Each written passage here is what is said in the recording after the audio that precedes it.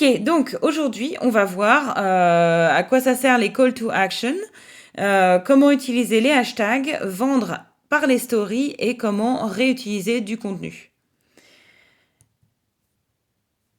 Alors, j'aimais bien cette phrase de Colin Powell: «Le succès n'arrive pas par hasard, il est le résultat de beaucoup de travail, de préparation et de leçons tirées de nos erreurs». N'hésitez pas à faire des essais de type de contenu, j'en ai parlé hier, mais essayez la vidéo, essayez les stories, essayez les reels, essayez les images, essayez les vignettes, essayez un peu de tout pour voir ce qui marche le mieux. Et à chaque fois que vous essayez quelque chose, allez voir dans vos insights sur Instagram ce qui a bien marché et essayez de comprendre ce qui a fait que ça a bien marché. Donc la clé des réseaux sociaux, quel que soit le réseau social, c'est l'engagement.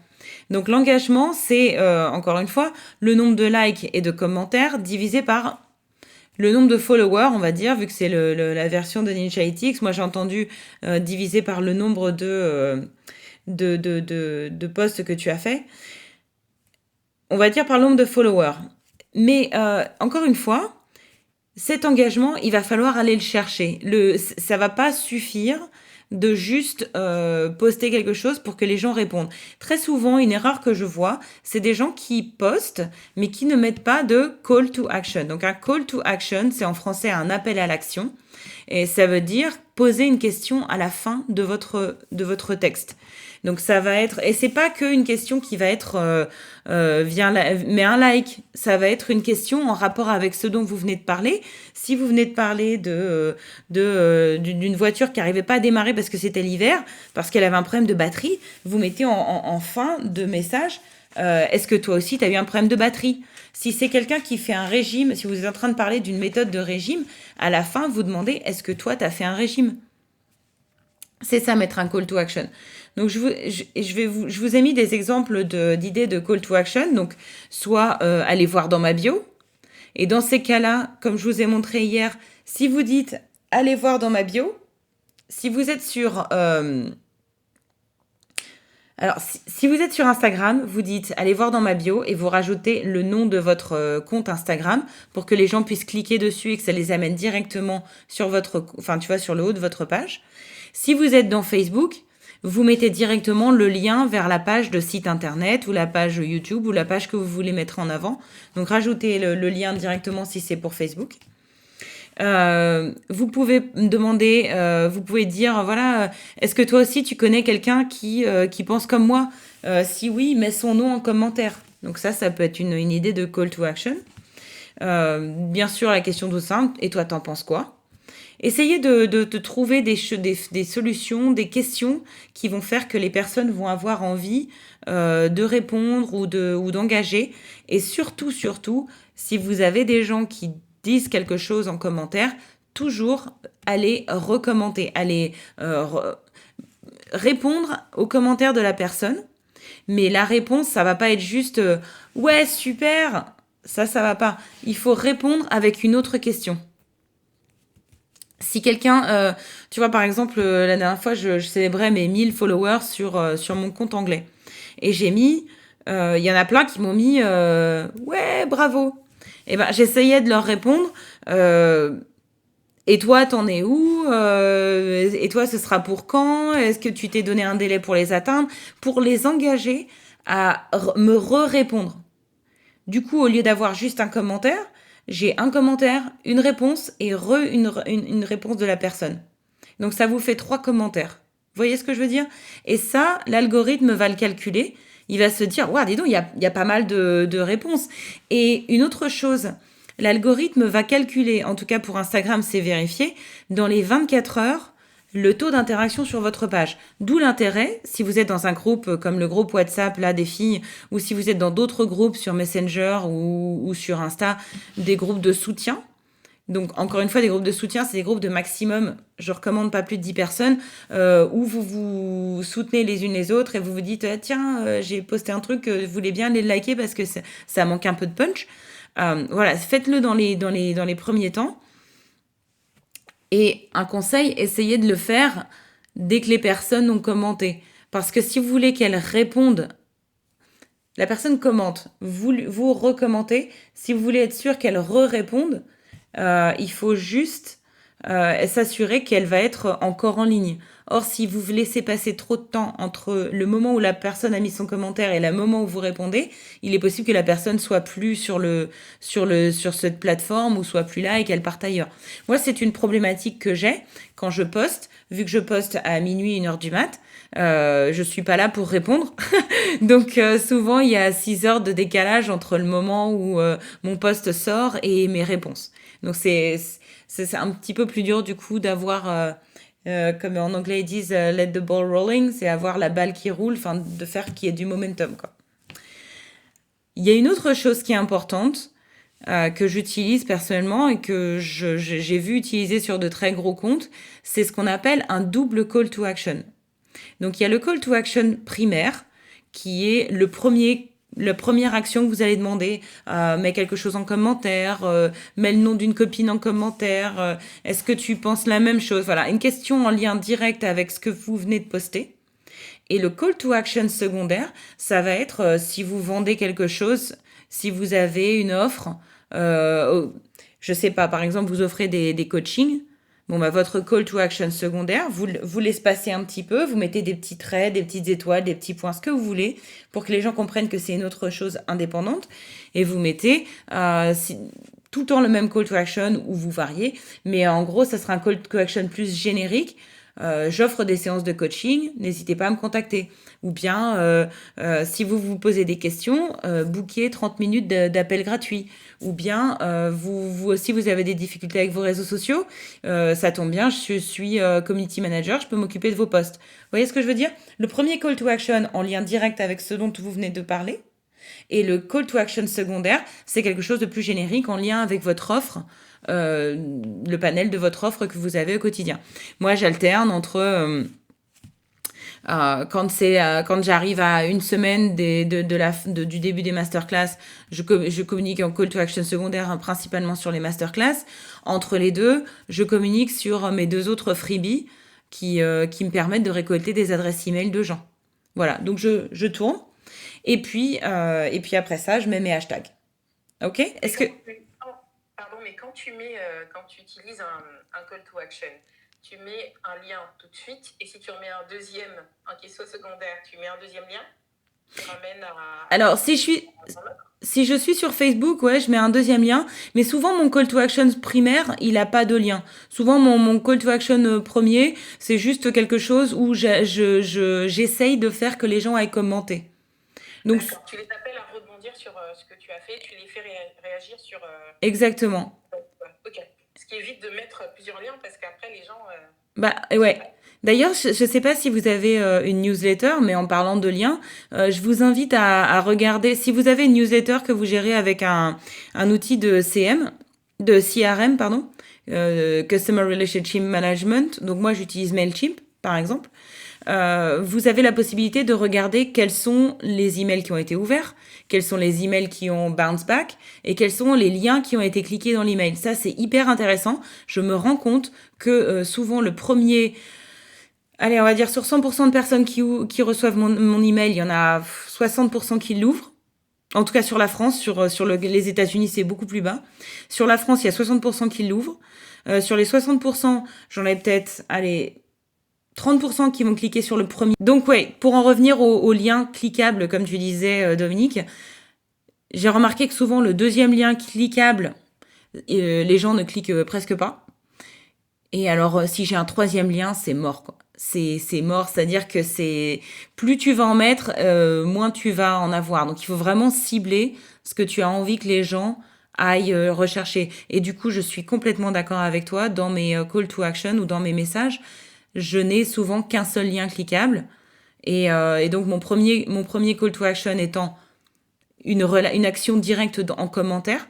Et mon deuxième call to action étant souvent aller cliquer dans ma bio ou aller cliquer sur mon site internet ou des choses comme ça.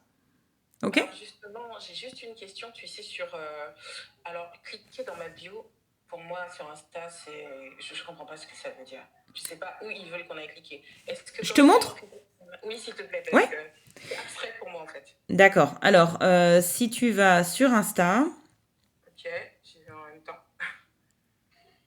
Donc, je vais aller sur mon dernier post. Mhm. Donc, cliquez dans la bio déjà. Regarde ici. Tu vois ce lien-là? Ouais. C'est ça le lien cliquable. C'est le seul et unique lien cliquable qui existe sur Sur Instagram. Insta. Voilà. Parce que moi, j'avais cru comprendre qu'il n'y avait pas de lien cliquable du tout. Et en fait, je ne pensais pas que. Et donc, systématiquement, ça veut dire qu'il faut que j'aille dans ma bio pour modifier le lien cliquable si jamais je fais un call to action. Exactement. Et- D'où, Ok. d'où ce que j'expliquais le deuxième jour, que moi, je me suis créé un arbre à liens qui, en fait, quand tu cliques sur ça, ça emmène vers une page internet où il y a juste les liens vers les 3 choses que j'ai envie de mettre en avant.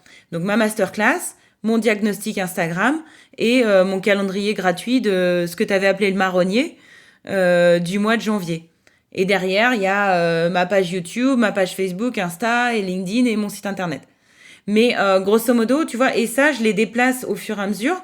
En fonction de l'actualité, tu vois, si jamais en début de mois, je vais remonter le lien du mois de janvier. Oups, pardon. Etc. Donc, pour avoir ce lien cliquable, quand tu regardes ici, le post que j'ai fait ce matin, donc, si je clique sur plus, je me suis pas foulée sur celui-là, j'étais pas en motive. J'étais pas en grosse motive hier soir, donc j'ai mis qu'un seul call to action. D'habitude, j'en ai 2. Alors, on va descendre sur l'autre du coup. Donc là, c'était la célébration des 1000 sur le compte anglais. Donc là, ce que j'ai mis, eh ben là, j'ai pas mis de premier call. Ok, d'accord, ces 2 derniers posts, j'ai pas fait ce que j'ai dit. Mais je vais te le montrer sur l'eau, je vais y arriver. Donc là, par exemple, ma réaction quand je vois toutes ces filles modifiées qui démarrent la masterclass. Donc là, j'ai un premier call to action qui sera alors, tu es prête à rejoindre le groupe d'entrepreneuses motivées le mois prochain? Donc ça, c'était ma première question. Et mon deuxième call to action, il est là. Ma prochaine masterclass sera du 18 au 22 février, d'ailleurs. 5 jours entre entrepreneuses, etc. Donc voilà, c'est comme ça que je procède. Et après, j'ai mes hashtags. Là, par exemple, celui-ci, c'est à quelle métrique... alors, quelle métrique est la plus importante pour toi? Donc, je parlais des différentes métriques à utiliser sur Instagram ou Facebook. J'ai dit quelle est la métrique la plus importante pour toi? Et mon deuxième call to action, il est là. Tu veux savoir si tu maîtrises Instagram, télécharge mon diagnostic gratuit. Et là, tu vois ici le lien. Je l'ai mis ici parce que si je mets télécharge mon diagnostic gratuit et que je mets lien en bio, les gens vont pas spécialement faire l'effort de remonter et d'aller cliquer. Du coup, si je mets mon nom ici, hop, ça les emmène directement sur ma bio. Ça marche? Ouais, ça marche. Cool. Voilà, donc pour les call to action, c'est super important. Moi, j'ai appris ça en regardant des comptes américains, des comptes australiens, et je trouve ça vraiment chouette. Cette idée d'avoir un double call to action, donc un qui est ce qu'on appelle un peu evergreen, ça veut dire que tu peux utiliser toute l'année pour tous tes produits, et un autre qui est plus pour le post en cours. Les hashtags. Alors ça, les hashtags, qui se sent à l'aise avec les hashtags? Levez la main si vous vous sentez bien à l'aise avec les hashtags. C'est bon, Dominique, tu gères les hashtags? Alors, dire que je gère, ce sera un bien grand mot, mais j'ai aucun problème à les utiliser. Si ça marche pas, je vais chercher un autre. J'utilise des outils comme Hashtagify, MetaHashtag, et puis voilà. D'accord. À mettre bien. Ou alors je fouine dans les comptes de personnes, je fouine. Je vais regarder les comptes de personnes qui font à peu près ce que je fais et ce qu'elles utilisent comme hashtag. Très bien. Eh ben, c'est super ça. Alors, il y a plusieurs choses à savoir sur les hashtags. Donc, les hashtags, c'est un moyen pour Instagram, principalement. À l'origine, les hashtags, ça a été inventé par Twitter. Parce que les gens tweetaient, c'était le gros chantier, il y avait du texte partout. Donc, Twitter a inventé les hashtags et Instagram s'est dit, mais c'est génial, on va faire ça aussi. Et donc, les hashtags, c'est la manière que vous avez de classifier vos posts et d'aider Instagram à classifier vos posts. Maintenant, il y a des hashtags qui sont des hashtags de localisation. Donc, vous allez utiliser des hashtags qui vont permettre aux gens de savoir où vous êtes. Par exemple, si je poste pour les États-Unis, j'utilise des hashtags qui sont liés aux villes autour de chez moi. J'utilise Dallas, Frisco, Plano, etc. Donc j'aide les gens parce que les gens vont être plus intéressés à suivre des hashtags locaux que des hashtags génériques. Donc les hashtags locaux marchent très très bien. Ensuite, il y a les hashtags de niche. Donc ce qu'on appelle un hashtag de niche, ça veut dire que si vous êtes spécialisé dans la photographie pour chiens, utilisez tout ce qui est en lien. C'est souvent des hashtags qui sont plus longs. Par exemple, au lieu d'écrire mariage, vous allez écrire mariage de printemps ou mariage heureux ou mariage en rose. Enfin, vous voyez ce que je veux dire? Ce sont des hashtags un peu plus longs qui sont plus nichés, plus détaillés. Et ensuite, vous allez utiliser des hashtags qui sont liés aux intérêts de votre avatar. C'est-à-dire que il va falloir utiliser des hashtags qui vont être liés à ce que vous allez poster sur l'instant. Mais il va falloir aussi utiliser des hashtags qui seront liés aux intérêts de vos followers. C'est-à-dire que moi, je vais utiliser des hashtags qui vont être du style coiffeuse, lithographie. Je vais utiliser méditation. Je vais utiliser reconversion professionnelle. Je vais utiliser des choses que mes clientes potentielles pourraient être intéressées, pourraient suivre. D'accord ? Mais, alors Dominique, tu disais que tu utilises des outils pour créer des hashtags. C'est vrai qu'on peut être tenté d'utiliser des générateurs de hashtags. Donc, moi, j'en ai plusieurs j'en ai essayé plusieurs. Hop. Donc voilà, j'ai essayé tout ça. L'avantage, c'est que... Non, mais je fais ça pour comprendre comment il marche, Dominique, sois pas choqué. Quelle motivation. Non, c'est parce que je voulais savoir en fait quels étaient les hashtags qui m'étaient proposés. Parce que c'est pareil, si vous utilisez Tailwind ou si vous utilisez Later et Hootsuite, normalement, dis-moi si c'est bon Julie, mais normalement Hootsuite te propose des hashtags en fonction de ton post. Est-ce que tu confirmes Julie? J'ai pas trouvé cette fonction. D'accord. Il me semblait que Hootsuite le proposait. Je sais que Tailwind me proposait automatiquement des hashtags en lien avec ce que j'écrivais. Mais il faut savoir une chose, c'est que tous les hashtags ne se valent pas. Donc, la raison pour laquelle j'utilise pas ces outils-là, c'est que ils vont me proposer des hashtags, soit qui vont être anglo-saxons, et si je cible la France, j'ai pas du tout envie de mettre des hashtags anglais. Donc ça, c'est un conseil que je donnais à une fille que j'ai interviewée il y a pas longtemps. Elle a une salle de réception dans les Landes et elle utilisait des hashtags liés au mariage. Elle était là, elle utilisait wedding. Wedding, c'est le pire des hashtags. Il y a je sais pas combien de millions de fois qu'il a été utilisé et la plupart du temps, ce sont des gens qui sont dans des pays anglo-saxons. Donc il y a très peu de chances que ça lui ramène des gens, en tout cas sur un mariage dans les Landes. Alors que si elle utilise un hashtag qui est les Landes ou qui est mariage sud de France, elle a beaucoup plus de chances de trouver des gens qui seront vraiment dans sa cible. Vous voyez ce que je veux dire? Le pire hashtag à utiliser, c'est hashtag love. Pitié. C'est le plus gros hashtag utilisé au monde. Et je vais vous expliquer pourquoi est-ce qu'il ne faut pas utiliser des gros hashtags. Alors déjà, je vous ai mis des rankings ici. Pour choisir ces hashtags, on a les super populaires, les médiums et les niches. Donc les super populaires, c'est tous les hashtags qui ont été utilisés plus d'1 million de fois. Alors, je fais une petite pause ici. Ce que je vous dis ici en termes d'utilisation, c'est très souvent Instagram. C'est-à-dire que le nombre de fois qu'un hashtag est utilisé va être différent si le hashtag est sur Twitter, si le hashtag est sur Insta, Facebook, LinkedIn, etc. D'accord? Chaque réseau a son nombre d'utilisation du hashtag. Vous voyez ce que je veux dire? Le hashtag love n'a pas été utilisé autant de fois sur TikTok qu'il a été utilisé sur Twitter. D'accord? Donc, il y a des outils qui vous permettent aussi de trouver les nombres de hashtags sur Twitter, dans Twitter. Mais l'endroit où c'est le plus simple, c'est Instagram. Et quelque part, regardez Instagram, ça vous donnera déjà une idée de la popularité ou non d'un hashtag. D'accord? Donc, les super populaires, c'est ceux qui ont été utilisés plus d'1 million de fois.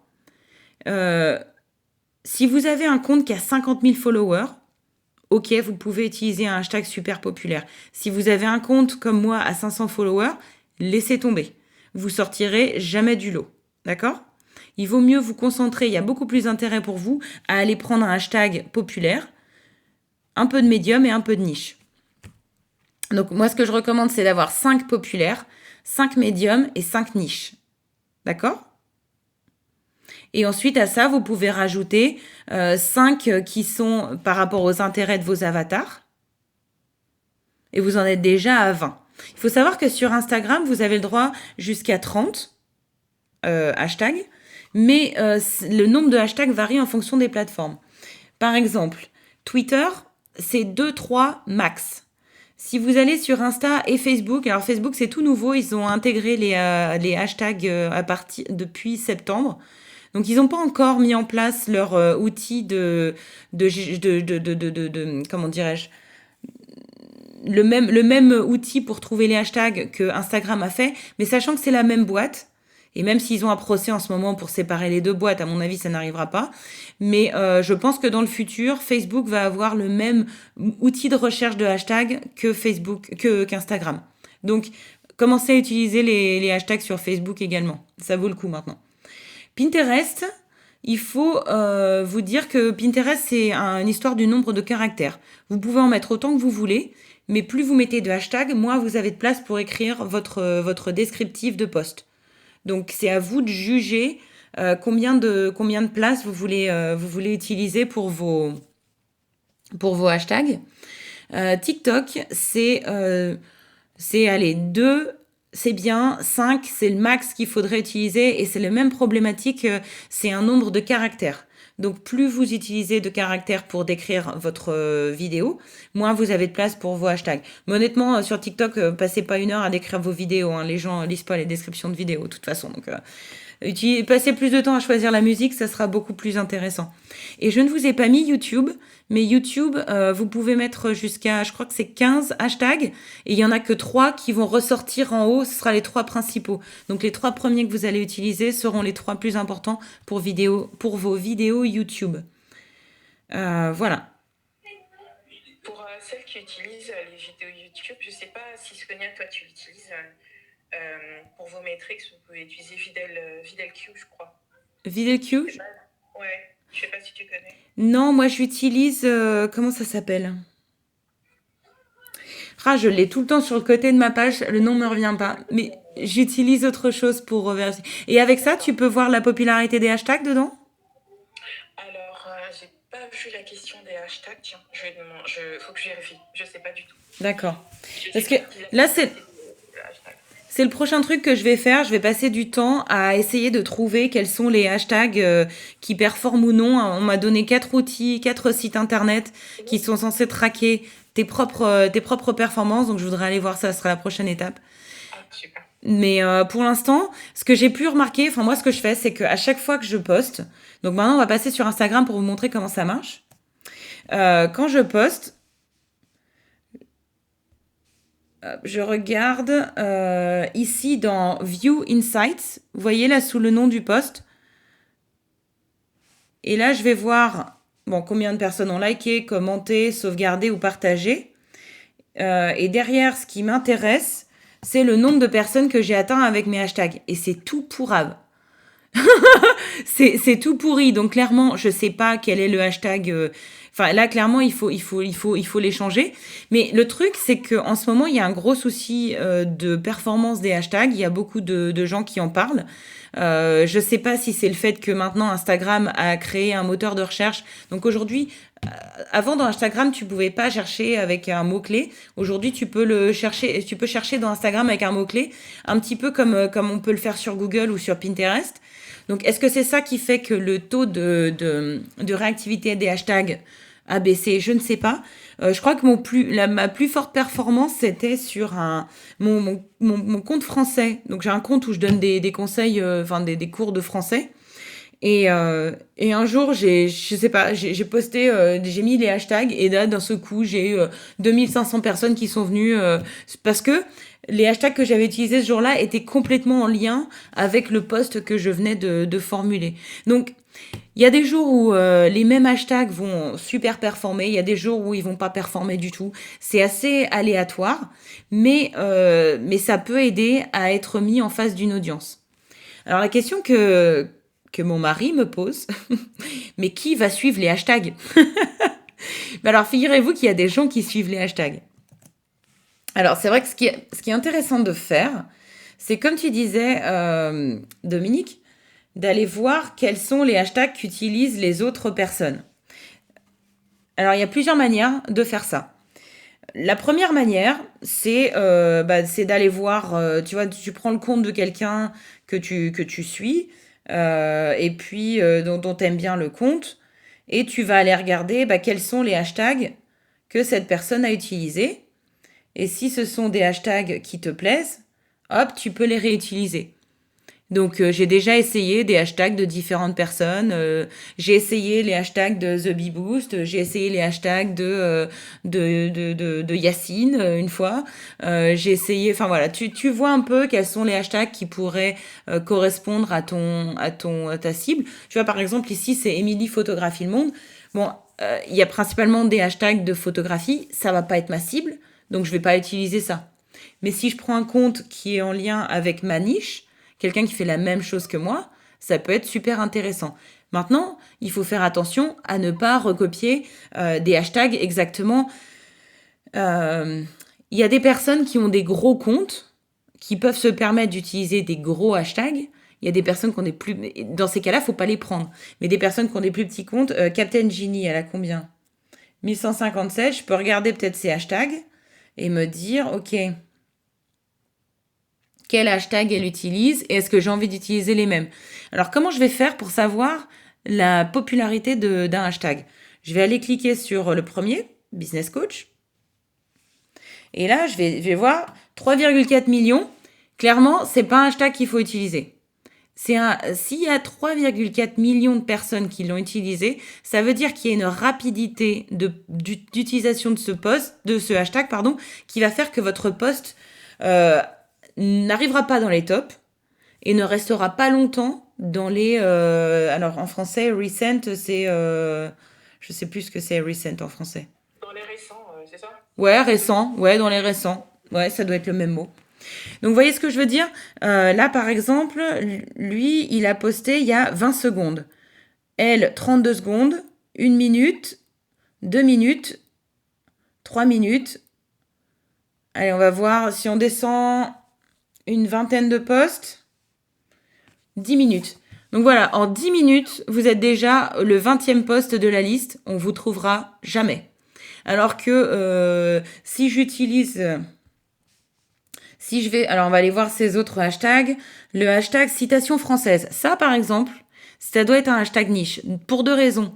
La première, c'est que c'est un hashtag français. Donc les hashtags français sont plus petits. Et elle a mis le CCDI dans française. Et ça, du coup, ça en fait un hashtag encore plus niche.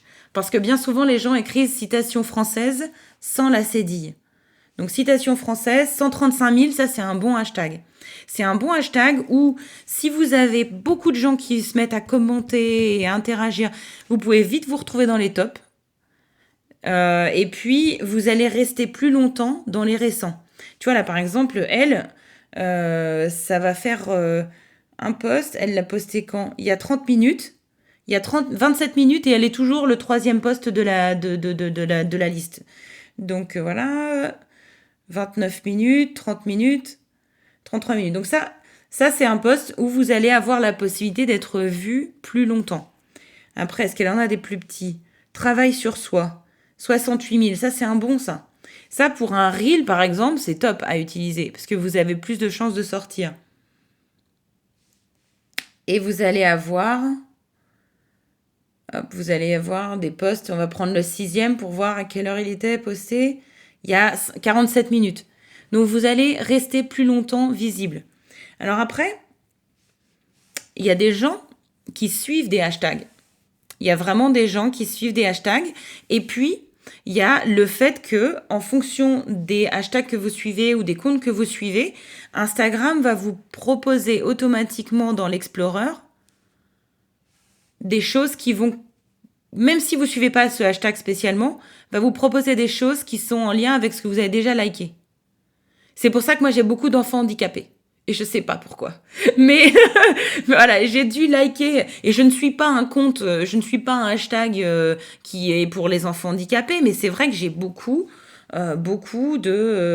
d'images bienveillantes enfin voilà, de comptes d'handicapés ou de. Ouais, je sais pas ce que j'ai liké à un moment.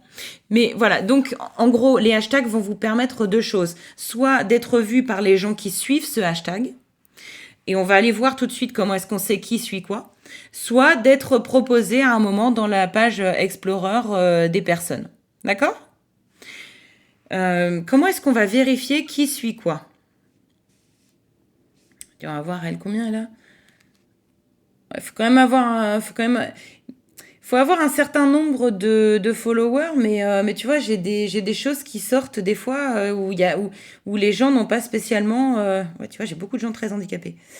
Bon, mais c'est pas spécialement que des gros comptes. Il y a des petits comptes aussi que tu peux retrouver dans la page Explorer. Il suffit juste que, je sais pas, tu fasses un reel qui cartonne ou tu fasses une publication qui marche bien et hop, tu peux te retrouver là. Ce que je voulais vous montrer, c'est comment est-ce que on voit qui suit quoi en termes de hashtag. Alors, il y a deux manières. La première, ça va être de taper un hashtag ici, donc on va dire hashtag marketing. Non, ça va être trop. Ouais. Alors, vous voyez, ici, ce que je vous ai dit, depuis peu, Instagram a rajouté des moteurs de recherche. C'est-à-dire que ça, avant, ça n'existait pas.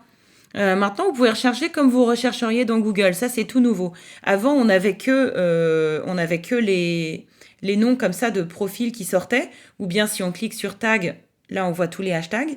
Mais voilà, ici, avant, on n'avait pas ces moteurs de recherche. Maintenant, on les a. Donc, je me demande si c'est pas ça qui fait que les hashtags sont moins relevant. Mais bon.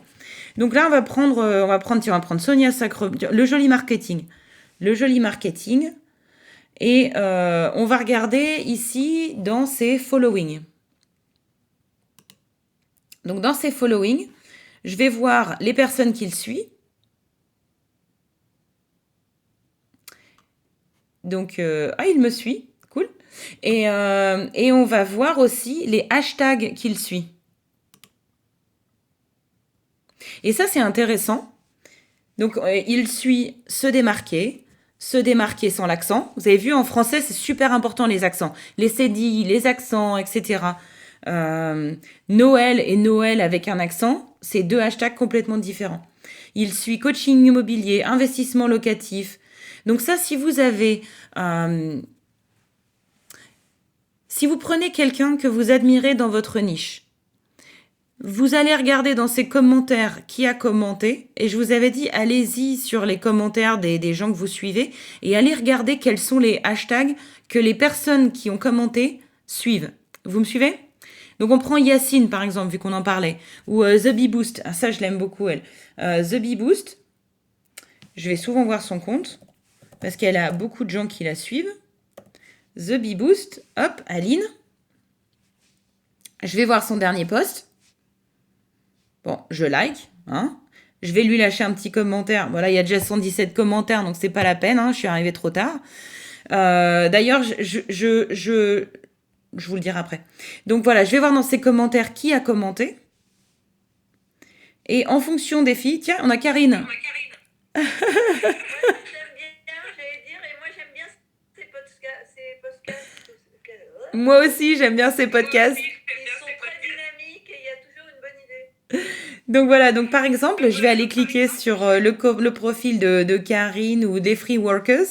Alors on va aller sur le profil de Karine et on va aller regarder Karine. Si je me dis que les filles qui suivent le The Bee Boost peuvent potentiellement être mes futures clientes parce que c'est le même profil, je vais aller sur leur compte, je vais liker 2-3 photos, je vais mettre un commentaire, puis je vais aller regarder aussi quels sont les hashtags qu'elles suivent.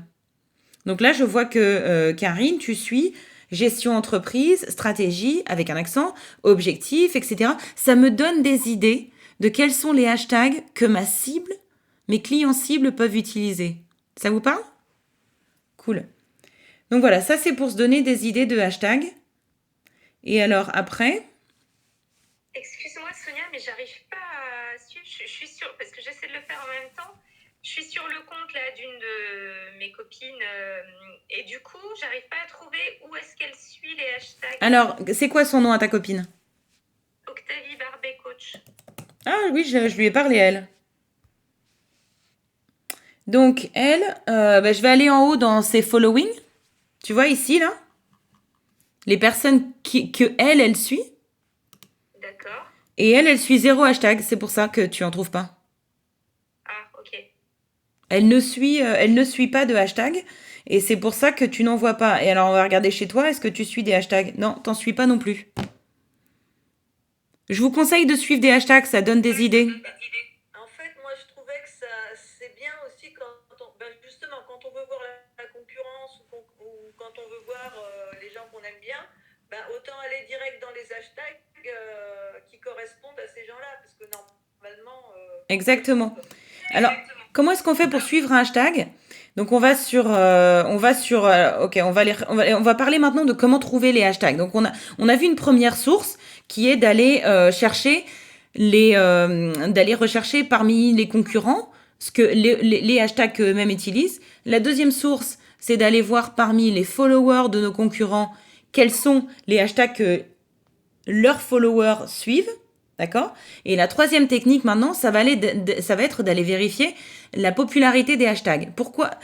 C'est la raison pour laquelle j'aime pas les générateurs de hashtags automatiques, parce que ces outils de générateurs automatiques vont vous allez rentrer, vous allez dire, tiens, un hashtag tag, vous allez dire, hop, pas celui-là, vous allez dire, lequel j'utilise. Je vous ai dit, je suis pas fan. Bon, bref. D'habitude, c'est sur mon téléphone que je les suis. Donc là, il faut que je les active tous. Donc c'est embêtant sur l'iPad. Mais en gros, le problème, c'est que vous allez rentrer stratégie marketing et que derrière, ils vont vous proposer des hashtags qui sont utilisés 3 millions de fois et qui, du coup, vont vous servir à rien sur votre post en fait. Donc c'est pour ça que moi je vais vérifier les hashtags en avance. Donc si je vais dire par exemple, je vais dire stratégie marketing. Donc je vais aller sur stratégie marketing et je vais cliquer sur tag ici. Ok? Donc j'étais dans la petite loupe, j'ai écrit stratégie marketing et maintenant je vais cliquer sur tag. Et là il va me donner tous les hashtags qui utilisent stratégie marketing ou qui sont proches de stratégie marketing. Et juste en dessous, vous allez voir le nombre de fois qu'ils ont été utilisés. Donc, par exemple, stratégie marketing, c'est un bon hashtag. C'est un hashtag, c'est pas niche, mais c'est un hashtag modéré. Donc, c'est un bon hashtag pour moi. Le hashtag stratégie marketing avec un accent, il est aussi bon pour moi. Stratégie marketing digital, 187 utilisations, c'est un peu trop petit. En dessous de 500 utilisations, c'est un peu comme un coup d'épée dans l'eau, ça va pas vous amener grand chose. Donc ça sert à rien de prendre un trop petit. Stratégie marketing. À quel moment on considère que tu le suis, le hashtag? Parce que là, tu vois, tu as tapé stratégie marketing. Je vais te montrer. Plein de choix. Ah d'accord. Ouais, non, je vais te montrer. Donc là, voilà, ça vous donne une idée de la taille des différents hashtags. Donc là, bon, en gros, il y en a 2 que vous pouvez utiliser autour de stratégie marketing. Après, si vous êtes dans community management, alors par exemple, community management, ça pourrait paraître une bonne idée de l'utiliser parce qu'il a été utilisé que 179 000 fois. Maintenant, si vous mettez un post qui s'appelle community management et que votre post est en français, il y a de fortes chances pour que les gens qui vont le voir vont pas être spécialement... Enfin, vous voyez ce que je veux dire? C'est plus un terme anglophone. C'est pareil, il y a un terme comme ça où je me suis fait avoir. Tu sais, PME, TPE. Je voulais cibler les très petites entreprises. Et en fait, TPE, quand je clique dessus, ça c'est important d'aller cliquer de temps en temps pour voir ce qu'il y a derrière. TPE, en fait, c'est complètement autre chose. C'est pas du tout des petites entreprises. C'est assez bizarre. Ça doit être un truc un peu chinois ou je sais pas. Mais en gros, c'est pas un hashtag qu'il faut que j'utilise. Moi, je pensais que TPE, c'était très petites entreprises, et en fait, pas du tout. Donc ça, c'est un hashtag que j'ai utilisé quelques fois, et en fait, n'est pas un hashtag qui est utile pour moi. Maintenant, comment est-ce qu'on suit un hashtag? Donc là, tu as vu, j'ai cliqué sur le hashtag, et est-ce que vous voyez en haut la barre bleue? Follow, exactement. Et à partir du moment où je suis un hashtag, régulièrement, dans ma homepage, ça va me proposer des comptes mis en avant par ce hashtag. Donc, on va voir si on en trouve un. Captain Genie, Yacine, ça c'est du sponsor. Non, encore du sponsor.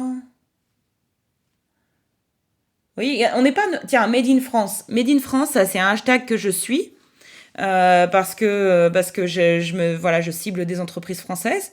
Et du coup, des fois, j'ai des entrepreneuses. Il y en a un que j'aime bien souvent qui s'appelle Entrepreneuse créative.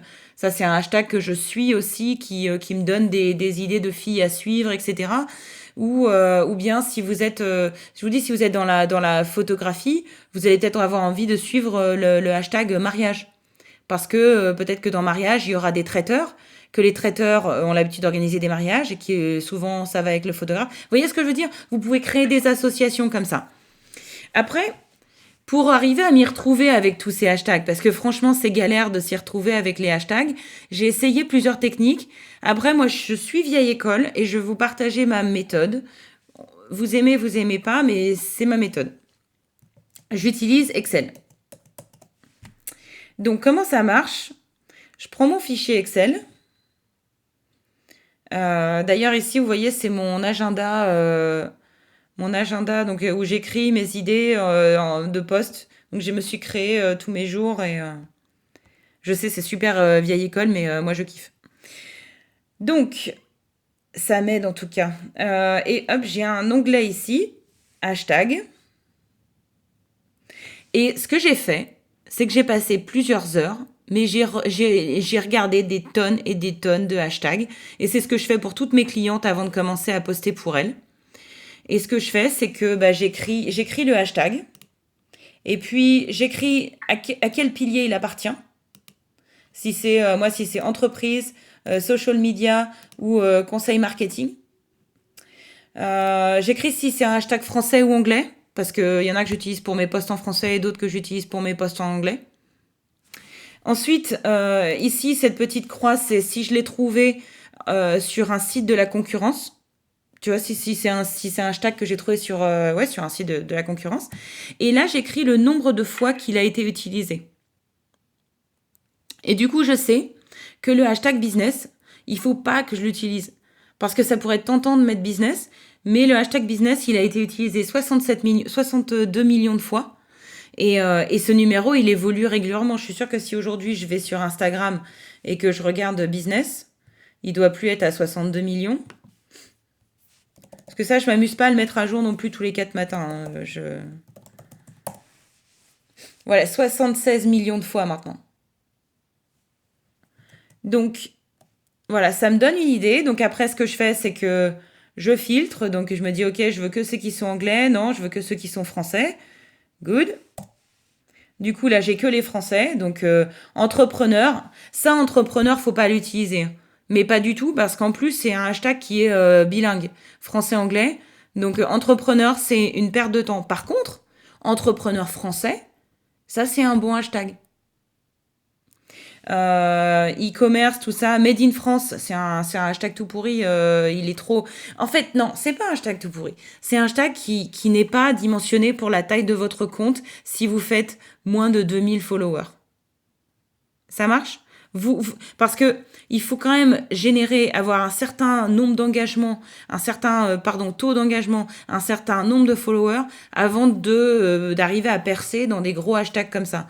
Le gars avec qui j'étais en classe hier, le coach que j'ai en ce moment, qui est australien, qui a 200 000 followers, lui, il peut se permettre d'utiliser entrepreneur. Il n'y a pas de souci, il va sortir. Il est régulièrement dans l'Explorer. Enfin voilà, il peut. Moi, si j'utilise les mêmes hashtags que lui, je vais faire un flop. Je vais pas sortir. Par contre, voilà, croire en soi, entrepreneuse, ça, c'est des hashtags qui sont intéressants. Voilà, moi, les trucs que j'utilise, vente en ligne, Etsy France. Quand je cible les créatrices, je sais les créatrices vont souvent vendre sur Etsy ou sur Shopify. Du coup, j'ai des hashtags Shopify France, Etsy France. qui sont des hashtags super niches. Ok? Et donc, c'est comme ça que je choisis mes hashtags. Donc, quand je vais poster, je vais venir ici, puis je vais venir en chercher 1, 2, 3, 4, 5 en fonction donc j'en prends des populaires, j'en prends 5 populaires, j'en prends 5 modérés, 5 niches, et ensuite je rajoute quelque chose en fonction de ce dont je parle exactement dans mon post. Si je suis en train d'expliquer quelque chose à propos d'une story, je vais rajouter des hashtags en lien avec story. Je vais mettre story française ou story d'Instagram, mais pas story off Instagram, parce que là, je vais partir sur un auditoire plus anglophone. Ok? Mais si tu as dans ton public, dans tes followers ou dans ton public par rapport à un post spécifique, des personnes anglo-saxonnes aussi, ou en tout cas des anglophones aussi, est-ce que ça brouille les statistiques Non. si tu mets des hashtags anglo et franco? Non, pas du tout. Ça brouille pas du tout les stats. C'est juste que tu vas... si jamais ta cible, elle est double, ça fait complètement du sens d'avoir les deux. D'ailleurs, quand j'avais que mon compte anglais, avant de transitionner vers le compte français, j'utilisais un mix des deux hashtags. C'est juste que du coup, j'attirais les deux sur ma page. Et les gens étaient un peu paumés, tu vois. D'ailleurs, quand j'ai créé mon compte français, Yacine m'a dit « Ah, mais ça y est !» Parce que lui m'avait trouvé grâce à un hashtag, et il avait trouvé mon compte anglais grâce à un hashtag, donc c'était en juillet l'année dernière. Et quand j'ai créé mon compte français, quelque part, ça a simplifié les choses parce que les gens qui venaient sur mon compte, qui étaient français, ils étaient un peu paumés. Et du coup, il a fallu que je mette des sous-titres à droite, à gauche. C'était compliqué. Donc, quelque part, avoir un double compte, ça ne m'a pas représenté une double charge de travail. Mais par exemple, avec les hashtags, j'ai pu clarifier mon audience. J'ai toujours des Français qui viennent sur mon compte anglais. Mais je pense plus... Je suis sur ton compte anglais, mais souvent quand on fait ça, c'est parce qu'on veut travailler notre anglais. On se challenge en fait. Tu crois? C'est ça mon but. Pour moi. J'ai l'impression qu'il y a des gens qui me... Tu sais, quand tu cliques sur une personne, le Instagram te propose automatiquement d'autres personnes qui pourraient être en lien avec la personne que tu suis. Et je pense que c'est comme ça qu'il y a des gens qui se retrouvent, je sais pas, sur mon compte, c'est pareil, j'ai des gens qui... j'ai un compte fictif que j'utilise juste pour faire des essais, poster des trucs, voir à quoi ça ressemble. Et il y a des gens qui viennent et qui suivent ce compte. Je suis là, mais je ne fais rien sur ce compte, cassez-vous, quoi. Donc voilà, est-ce que c'est clair pour les hashtags ou est-ce que vous avez encore des questions? Une dernière chose, pensez à créer des hashtags brandés. Alors des hashtags brandés, moi j'en ai 2. Il y en a un qui s'appelle Masterclass les Fabuleuses et l'autre qui s'appelle Sonia Sacrebleu. Donc c'est des hashtags que j'utilise régulièrement. Alors c'est vrai que ça paraît un peu pompeux et prétentieux à mon niveau d'avoir un propre hashtag à mon compte. Mais un jour ou l'autre, ça peut être utile. Et mieux vaut le créer dès le départ et penser à l'utiliser régulièrement. Moi, honnêtement, j'oublie une fois sur deux de l'utiliser. Hein. J'y pense pas toujours. Mais c'est recommandé d'avoir un hashtag brandé. Ok ? Donc voilà, faites des essais. Encore une fois, je le dis, je le répète, faites des essais régulièrement de différentes choses, de différents types de hashtags, de différents types de posts. Faites des essais jusqu'à temps que vous trouviez ce qui marche pour vous. Et dites-vous que ce qui marche aujourd'hui, ça marchera peut-être pas demain. Et ce qui marchait pas hier, ça marchera peut-être aujourd'hui. Donc voilà, c'est constamment qu'il faut tester. La chose que je voulais rajouter, c'est à propos des stories. Les stories, c'est extrêmement important. Donc, on en parlait tout à l'heure avec Clémence.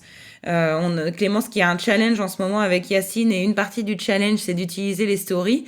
Moi, je suis une fervente advocate des stories. Instagram, les stories, ça a été inventé par Snapchat en 2013. Ensuite, c'est Instagram qui les a intégrés, je crois, en 2016, qui a fait exploser le monde des stories. Et maintenant, tout le monde fait des stories. Alors, on pourrait très bien se dire, ouais, enfin bon, ça va, tout le monde fait des stories, ils ont qu'une imagination. Mais pourquoi est-ce que tout le monde fait des stories? Pourquoi est-ce que toutes les plateformes font des stories? Parce qu'aujourd'hui, il y a des gens qui ne postent même plus dans leur grid, dans leur feed, qui ne font que des stories. J'ai une fille que j'ai coachée en octobre. Je la coachais sur les réseaux sociaux et suite au coaching, elle a fait, tu sais quoi? J'arrête tout, je poste plus rien, je fais que des stories. Et elle cartonne, elle trouve des clients quand même. Tous les jours, elle est en story, elle poste ses balades, elle donne des contenus. Alors, encore une fois, il y a story et story. C'est-à-dire que si vous postez une story juste pour dire tiens, à midi, je mangeais des pâtes, je suis pas sûre que ça intéresse tout le monde. Après, si vous faites une story où vous donnez du contenu, comme les stories de Yacine, Yacine, c'est quelqu'un, donc on en a parlé au début avec Clémence, c'est quelqu'un qui, dans sa grille, ne fait que des interviews et qui est tous les jours en story.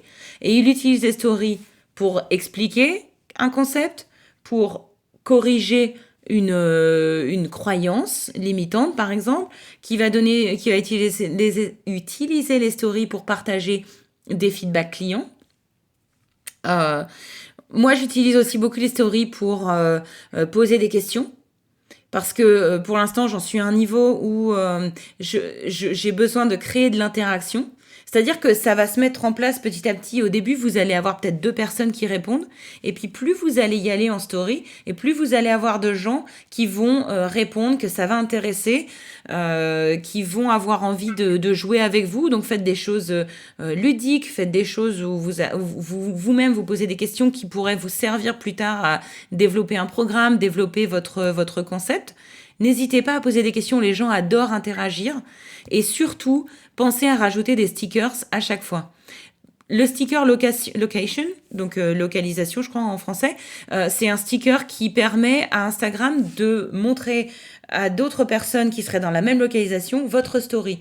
Donc même des gens qui vous suivraient pas, mais Instagram sait qu'ils sont dans le coin, du coup, ils vont leur montrer. Donc ça vous permet de montrer à plus de monde. Quand vous parlez de quelqu'un, n'oubliez pas d'utiliser le sticker @mention, donc arrobase avec le nom du compte. Parce que si vous partagez la story, si vous partagez un post de quelqu'un, si vous ne mettez pas ce tag, la personne ne sait pas que vous avez partagé son post. Ça, c'est super important parce que ce matin, par exemple, j'ai participé à Je vous parlais de Clubhouse, qui est le nouveau réseau social de discussion. Donc, j'ai participé à un Clubhouse ce matin et la personne qui y était, c'était le patron de Shopify Amérique. Et donc, pendant qu'il parlait, j'ai fait une impression d'écran et je l'ai mis dans ma story. J'ai mis comme quoi j'étais dans la formation Clubhouse avec lui, enfin son interview Clubhouse et que c'était super intéressant et tout. Et je l'ai tagué. Et le gars, il est venu m'écrire en DM en me disant « Ouais, merci Sonia, super sympa. » Il m'a repartagé en story. J'étais là « Champion du monde !» C'est pareil, il y a un mec comme ça, Paul, il a 1 million de followers. Et le gars, je l'ai tagué parce qu'il avait mis un post qui était super intéressant. Je l'ai tagué en story en disant que son post était super intéressant. Le gars a commencé à me parler en DM, en message privé. Et là, je lui mets... Comment je sais que c'est toi qui me parles et que c'est pas un community manager qui est en train de me parler?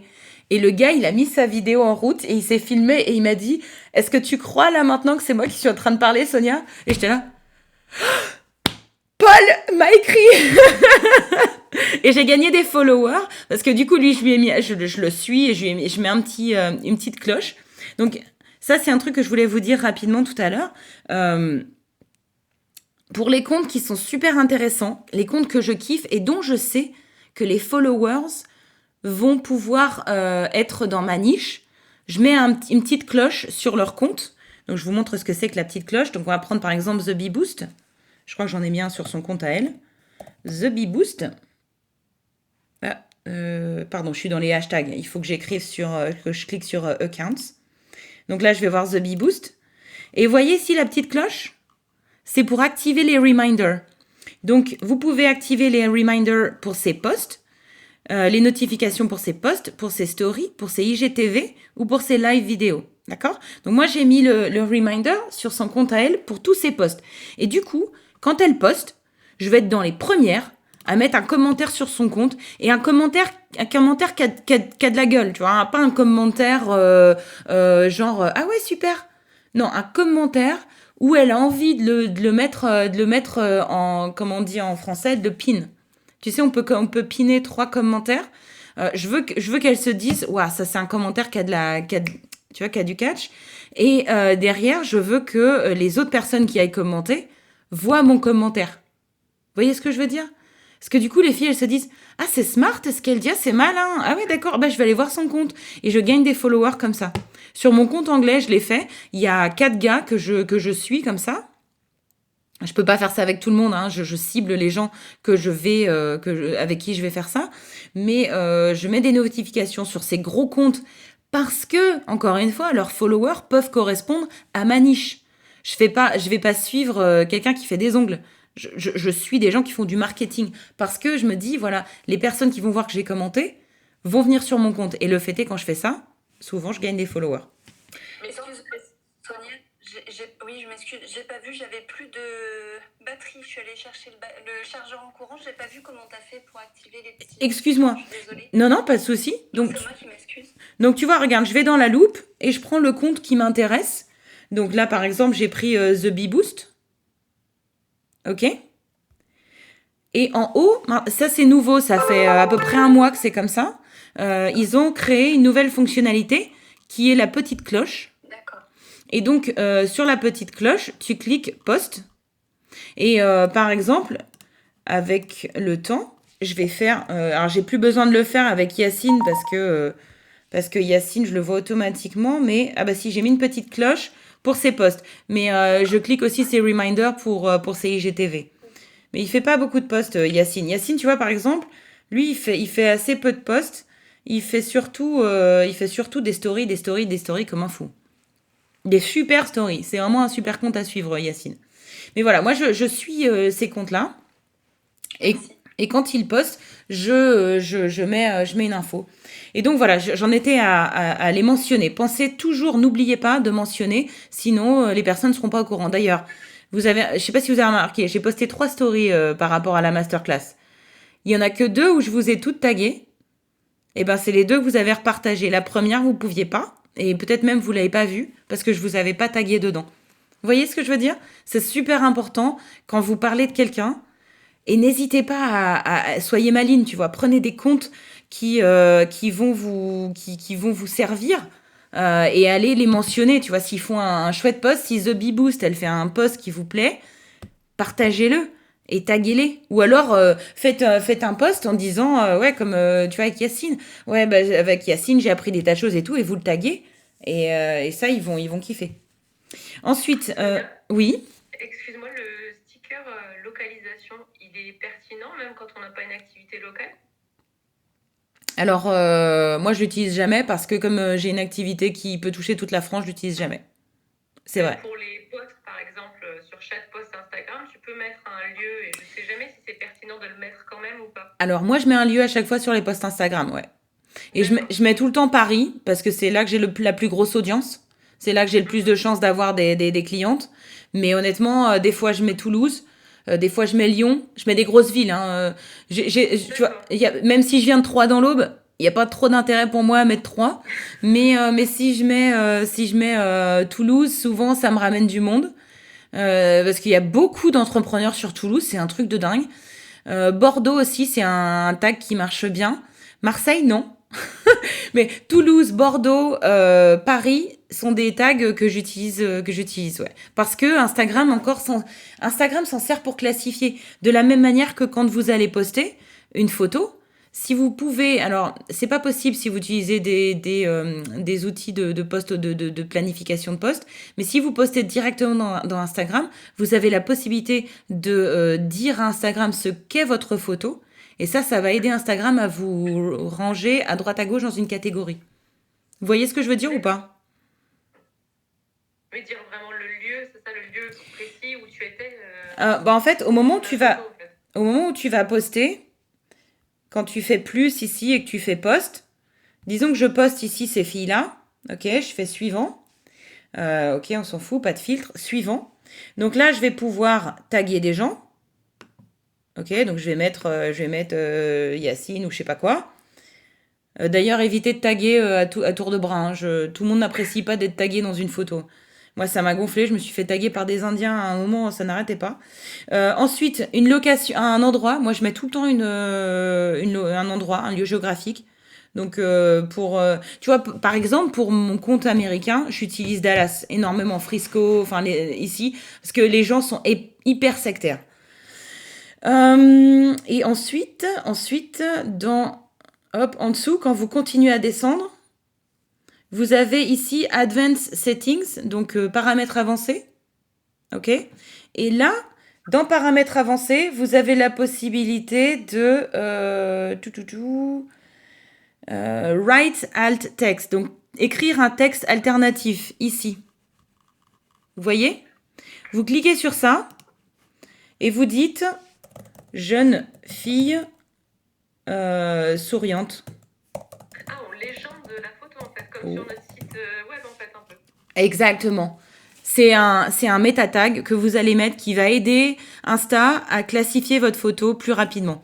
Alors ça, c'est pas disponible pour l'instant dans Business Suite. C'est peut-être disponible dans... Je crois pas que ce soit disponible ailleurs que directement dans Insta. Donc voilà, pour avoir accès à ça, il faut poster directement dans Insta. D'accord, merci. Bref, donc on va accélérer parce qu'on est déjà très très en retard. Donc voilà, si vous continuez sur les différents hashtags, vous avez le hashtag Paul qui veut dire question. Donc ça c'est un oui-non. Ça je l'utilise mais à tour de bras. Le hashtag question qui est un hashtag où vous allez avoir juste une petite étiquette avec votre vignette de photo et où les gens peuvent vous poser une question. Vous avez le hashtag quiz qui est ça j'aime bien aussi parce que ça fait un jeu. Tu vois par exemple, vous pouvez demander dites-vous 3 choses qui sont vraies à propos de moi et vous laissez les gens voter sur ce qui est vrai ou faux. Enfin voilà. Ce petit slider ici j'aime bien aussi. Ça aide les gens à interagir. Tu vois genre vous aimez les pâtes à la carbonara et tu mets ça et boum avec un petit slider pour que les gens puissent voter ou non. Et puis si vous faites un live, n'oubliez pas de mettre le compte à rebours. Ça, c'est... Ou si vous avez la masterclass avant qu'elle commence, par exemple, j'avais mis un petit compte à rebours. Ça aide les gens à avoir un sens de l'urgence. OK?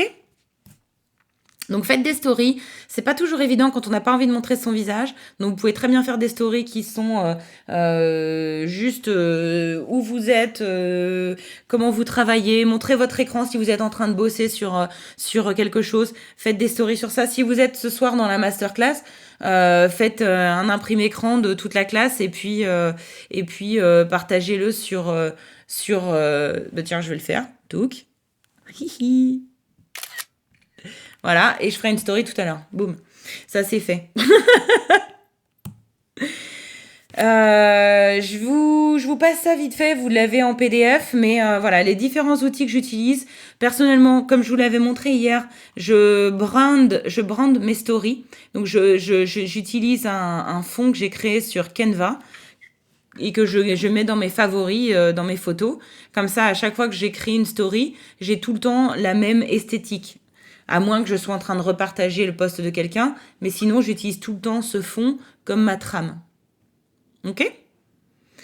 Et là, je vous ai mis des idées de story, donc je vous laisserai le regarder après. On pourra en reparler. Inspirez-vous de ce que font les autres. Faites des choses drôles, faites des choses utiles. Faites pas des stories pour faire des stories inutiles parce que les gens vont juste les passer. D'ailleurs, je vous conseille, quand vous faites des stories, d'aller regarder les stats de vos stories. Regardez combien de gens ont répondu. Donc, pour aller voir vos stats, simplement, vous allez ici, donc, soit dans les vieilles stats. Alors, vous allez sur votre compte, sur votre page d'accueil. Vous cliquez sur le petit hamburger. Et là, vous cliquez dans Archives. D'accord? Dans Archives, vous allez retrouver les posts que vous avez archivés, on en a parlé hier, mais aussi toutes les stories que vous avez faites dans le passé. D'accord? Alors, si les stories sont trop vieilles, vous n'allez pas voir vos stats. Mais si elles ont, je crois que c'est moins d'une semaine, vous allez pouvoir voir vos stats. Donc là, par exemple, celle-ci, je peux voir en bas, je peux voir combien de personnes l'ont vue, Je peux voir qui a interagi. Et je peux voir combien de personnes ont fait une action. Alors, une action, ça veut dire aller sur ma bio ou aller sur mon compte. Ici, c'est profil visite. Donc, il y a une personne qui a visité mon profil suite à cette story-là. Il y en a 50 qui ont cliqué sur histoire suivante, story suivante. Non, forward. Forward, c'est quoi, du coup, la différence entre forward et next story? Et 5 qui sont complètement sortis de la story. Donc, ça vous donne une idée de comment vos stories performent. Donc, vous pouvez les faire une par une. Donc là, le replay du live, ça a été vu par 45 personnes. Il y a 16 personnes qui sont allées cliquer sur le compte. Il y en a 2 qui sont allés sur mon profil et 14 qui sont allés sur le profil de Aline, de Olivia que j'interviewais. Et c'est quoi forward? Il va falloir que je creuse ça.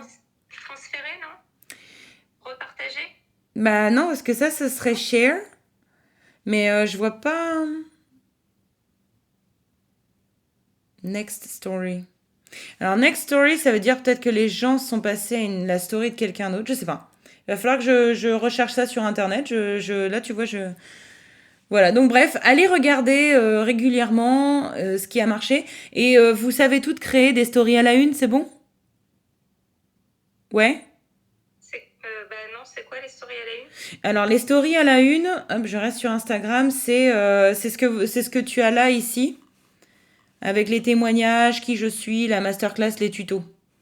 Ah bah justement, non, moi c'était une de mes questions, comment on crée ça? Alors, ça, en gros, quand tu as créé une story, alors ce qui est bien, c'est que maintenant, donc, les stories ont des archives. Ça fait 2 mois qu'on a accès aux archives des stories. Avant, elles disparaissaient au bout de 24 heures. Et donc, le seul moyen, c'était de les sauvegarder en temps voulu. Donc là, tu peux retourner dans tes archives et les stories qui ont eu qui parlent d'un même sujet. Donc, par exemple, moi, j'en ai une ici sur la masterclass. J'ai toutes les informations qui parlent de ma masterclass qui sont sauvegardées ici. Donc voilà, c'est toutes les stories qui étaient en lien avec la masterclass, elles sont là. Alors, comment est-ce qu'on fait pour créer une story à la une? Tu vas sur ta page d'accueil, tu cliques sur le petit hamburger, ok? Là, tu vas dans tes archives et tu vois toutes tes stories, d'accord? Quand tu es sur une story, tu vois ici en bas, highlight, vous sera écrit story à la une. Tu vois ici le petit cœur. Tu cliques sur ce petit cœur et tu peux soit le rajouter à une story à la une qui existerait déjà, soit t'en crées une nouvelle. D'accord? Donc si j'en crée une nouvelle, je clique sur plus. Et là, je vais pouvoir l'appeler blablabla et cliquer sur ajouter et ça me fait une nouvelle story à la une. D'accord. Ok? Maintenant, alors je vais pas... Comment tu crées tes petites pastilles là? Alors attends, justement, j'allais y venir.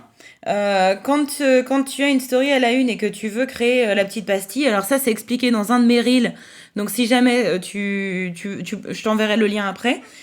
Mais en gros, ce que tu fais, c'est que tu cliques sur la petite icône que tu veux. Et en bas, tu vois où c'est écrit More. Toi, ça sera écrit plus. Tu cliques sur plus. Et là, tu vas faire éditer. Donc, modifier. Modifier la story à la une. Et là, tu vas pouvoir changer l'image ici. Hop, et tu vas changer l'image comme tu veux. D'ailleurs, elle n'est pas centrée, mon image. Donc, tu vas l'enregistrer. Okay, donc, tu te crées une image et ensuite tu l'importes. Exactement. Donc, moi, je l'ai créée dans Canva, tout simplement. Et du coup, je les ai mis là. Alors, je vous conseille de ne pas avoir trop de stories à la une. Parce que sinon, les gens... Enfin, voilà. Je trouve que plus que 4, après, les gens vont pas spécialement dérouler pour aller voir les autres. Donc, c'est bien d'essayer d'être le plus concis possible, de faire que ça tienne sur ta page Insta. Et d'ailleurs, il y a la même chose sur Facebook. Vous pouvez faire aussi des stories à la une sur Facebook. D'accord ? Okay. Donc, c'est pas mal de pouvoir les archiver et surtout de mettre des stories dedans. Parce que la dernière fois, je suis allée cliquer sur quelqu'un Et cette personne n'avait rien dans ses stories, c'était un petit peu dommage. Donc voilà, super pratique les stories à la une, moi j'adore. Et puis la dernière chose que je voulais vous montrer avant qu'on termine, parce que après ça va faire vraiment très tard, je suis désolée, c'est comment reposter du contenu. Donc hier, je vous expliquais que une chose que vous pouvez faire, c'est de reposter du contenu que vous avez posté il y a peut-être plus de 6 mois. Moi, il y a du contenu que j'ai posté au début où j'ai créé ma page américaine, que j'ai même pas encore utilisé sur ma page française, qui a un design tout vieux. Bah, je vais pouvoir l'archiver et puis le réutiliser, le remettre au goût du jour avec ma nouvelle charte graphique, avec mon nouveau branding, et je vais pouvoir le reposter parce que c'est ce qu'on appelle du evergreen content, ça veut dire du content qui est toujours d'actualité, que les gens font toujours, tu vois, je crois qu'il y a un post, c'est sur comment planifier vos posts. Bon bah ça, les gens se posaient la question il y a un an et ils se posent toujours la question aujourd'hui. Donc ça, c'est du contenu que vous pouvez reposter. Ce que j'aime bien faire, et c'est un exemple, alors ça va faire beaucoup, mais c'est un exemple d'optimisation. Vous partez d'un blog. Donc pour toi, Julie, ça va être parfait. Vous avez un site internet, vous partez d'un blog, vous écrivez votre blog. Votre blog, souvent, il a une intro, qui est la problématique client. Il a un début de réponse, donc une explication. Ensuite, il a un détail pour pousser un peu la réflexion. Et puis, il y a une conclusion. D'accord ? Donc, en gros, il y a à peu près 4 étapes dans votre blog. Et bien, de ces 4 étapes de votre blog, déjà, vous allez pouvoir créer... S'il y a 4 étapes, vous pouvez créer techniquement 12 pins sur Pinterest. Pourquoi 12 pins ? Parce que chaque étape, vous allez pouvoir créer un pin, qui va être en lien avec la première, la deuxième, la troisième, la quatrième étape. Donc ça vous fait déjà 4 pins différents. Et comme je vous expliquais la dernière fois, vos pins, il va falloir les décliner avec des keywords, avec des mots-clés différents ou des manières de présenter la question différemment. C'est-à-dire que si vous avez une problématique, vous allez pouvoir dire les 5 manières de répondre à cette problématique, ou bien vous allez pouvoir dire est-ce que vous avez déjà eu ce problème, ou bien vous allez pouvoir écrire j'ai la solution à ce problème. Vous voyez ce que je veux dire ? C'est la même chose, mais simplement ça va pas être écrit de la même manière, et du coup les gens, quand ils vont rechercher dans Google, vont pouvoir trouver soit l'un, soit l'autre, soit le troisième. Et vous allez pouvoir en faire un pour le problème, vous allez pouvoir en faire un pour la solution, un pour quand vous creusez un peu plus profond dans la solution ou quand vous détaillez votre solution, et puis un sur la conclusion. Ok ? Donc voilà, c'est pour se donner une idée. Tout au long, vous allez pouvoir créer des tweets sur les différentes parties de votre problématique. Vous allez pouvoir faire un live sur YouTube où vous allez parler de ce même problème. Donc si, je sais pas, disons qu'on prenne un thème sur le régime, quelqu'un qui s'occupe d'un compte sur des solutions pour perdre du poids. Peut-être que le blog, ça va être comment toutes les techniques que vous avez essayées pour perdre du poids n'ont jamais fonctionné. Et ben vous allez pouvoir détailler toutes ces techniques, toutes ces techniques au travers de plusieurs tweets. D'accord ? Tweet 1, 2, 3, technique 1, technique 2, technique 3. Vous voyez ce que je veux dire ? Vous pouvez le découper. Vous allez pouvoir faire un live à propos de ce même blog, à propos de, en gros, vous racontez en live sur YouTube ce que vous avez dit dans le blog. Et derrière, en plus, vous le sauvegardez sur YouTube, du coup, ça vous fait une vidéo. Vous allez pouvoir le décliner aussi en IGTV. C'est-à-dire que ce que vous faites, c'est que la vidéo que vous avez fait sur YouTube, vous la coupez. Vous en prenez que le meilleur et vous en faites une IGTV. Du coup, vous n'avez pas besoin de refaire une IGTV. Mais vous prenez votre vidéo YouTube, qui était un live, en gros, où vous avez parlé pendant une demi-heure d'un sujet que vous connaissez très bien, qui est les problèmes des gens qui ont du mal à maigrir. Boum, vous en faites un truc, un peu comme le teaser dont je te parlais, Julie, pour Facebook. T'en fais un teaser, mais tu le mets sur IGTV. Ensuite, tu continues, tu crées 1, 2, 3 posts sur Instagram. Alors, je vous conseille du coup de les éparpiller, vos posts. Tu vois, t'en fais un pour le mois de janvier, un pour le mois de mars, un pour le mois de juin. Où tu réabordes, tu vois, ça peut être la même thématique. Et du coup, tu peux même les planifier en avance. Mais il y en aura un premier, ce sera les techniques que j'ai essayées qui n'avaient pas marché. Le deuxième, au mois de mars, ce sera les 5 techniques qui ont fonctionné pour moi.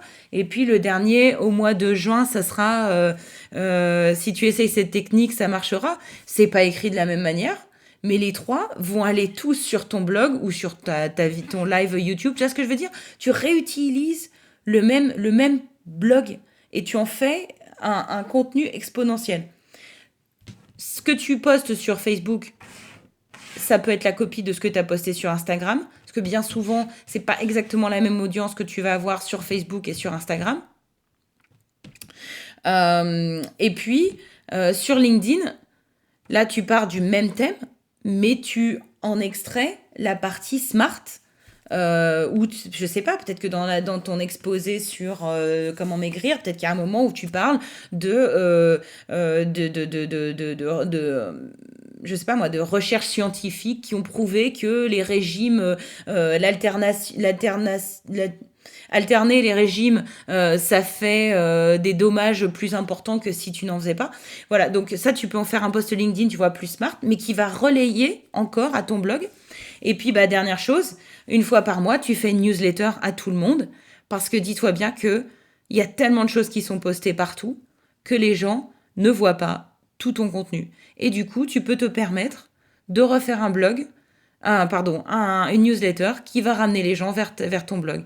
Voilà comment, à partir d'une chose, tu peux décliner à l'infini. Alors, je suis pas en train de te dire de tout faire. Je suis pas en train de vous dire faites des vidéos YouTube, des machins Instagram et tout. Je vous dis juste comment vous pouvez, à partir d'un thème que vous déclinez sur Insta, sur un blog, comment vous allez pouvoir en faire toute une source de contenu sur tous vos différents réseaux sociaux.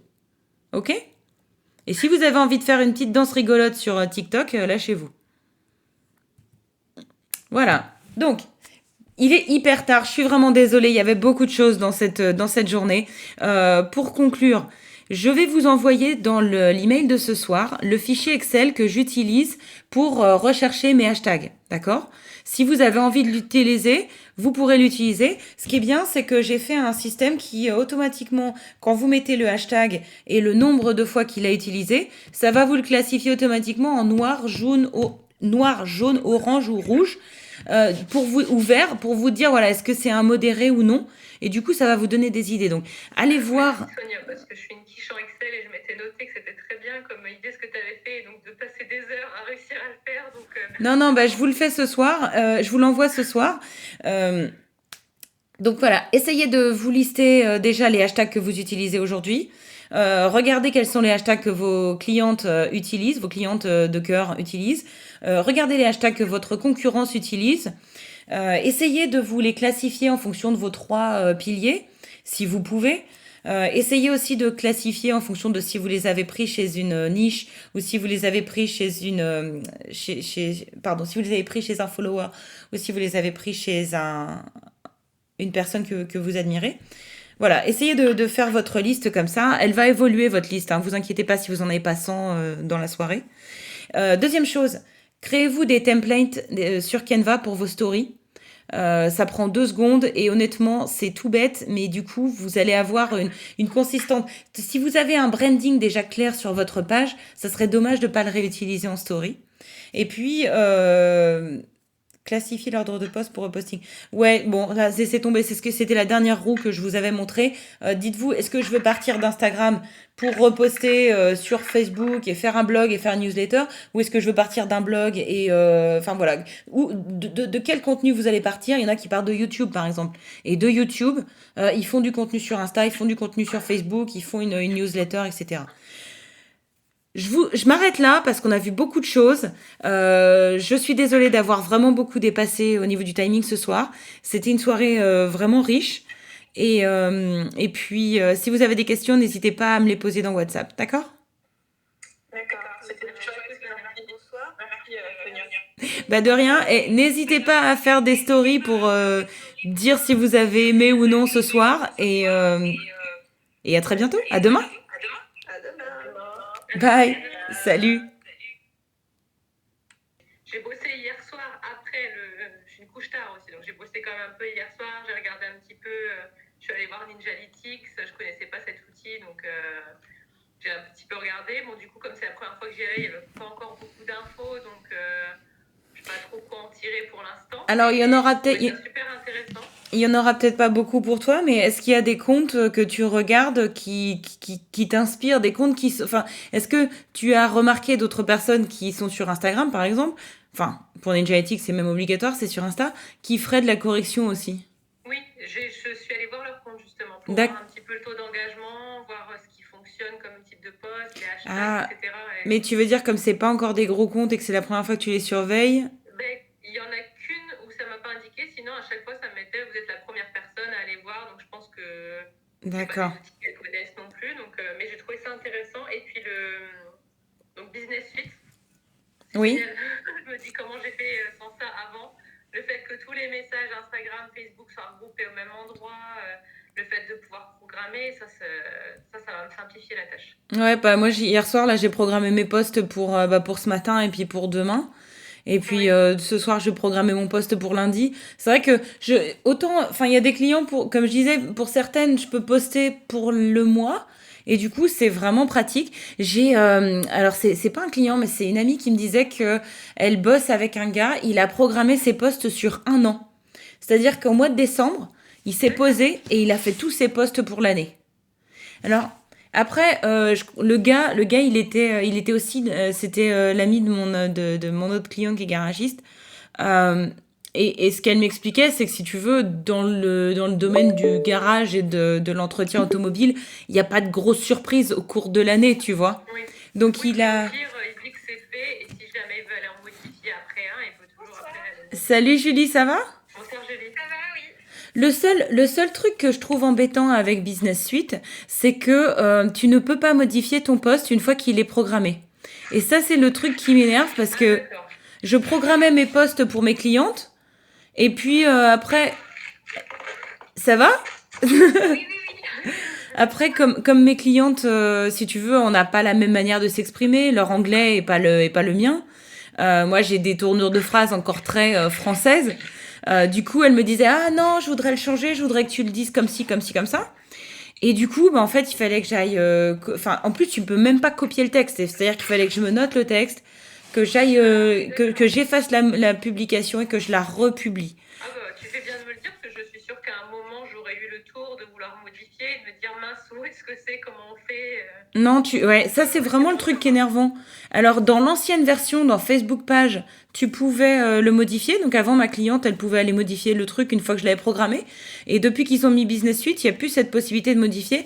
Donc maintenant, ce que je fais avec mes clientes, je crée mes posts sur Airtable, qui est l'outil que je vous ai montré hier.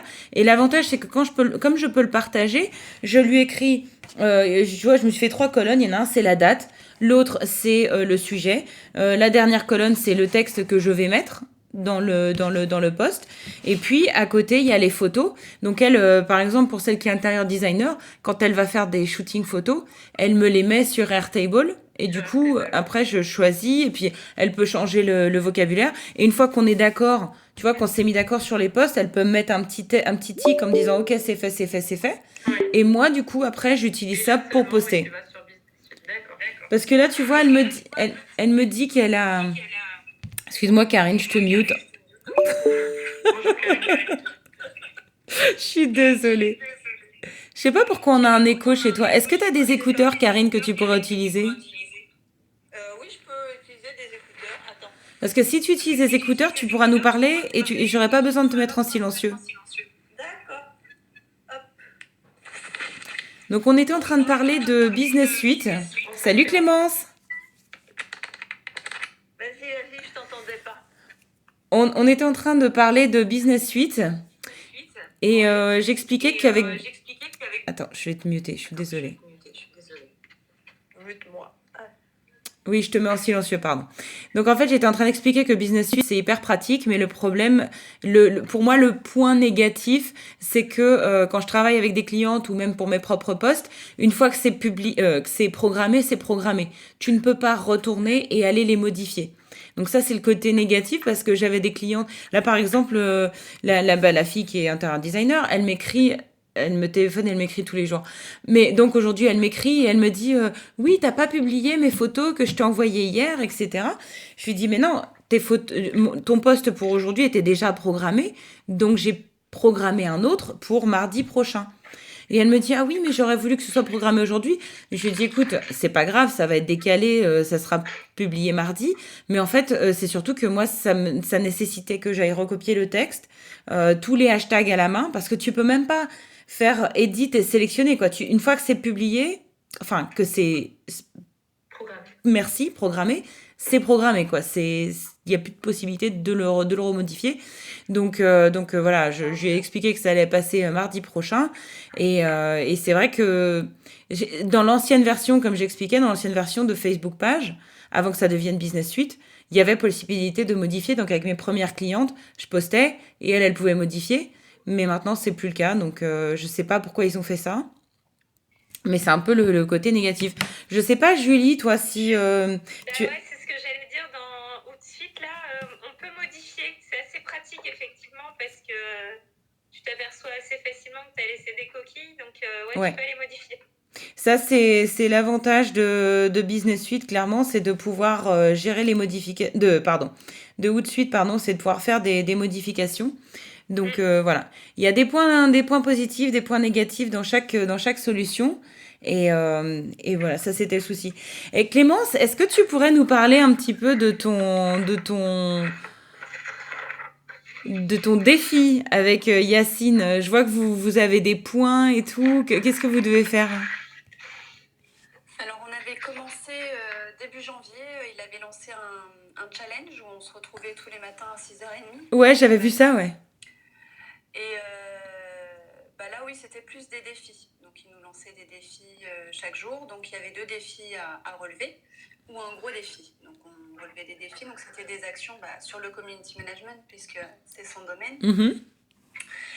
Et là, 2 semaines après, on se retrouve.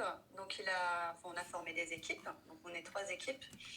Et on a des actions avec des nombres de points.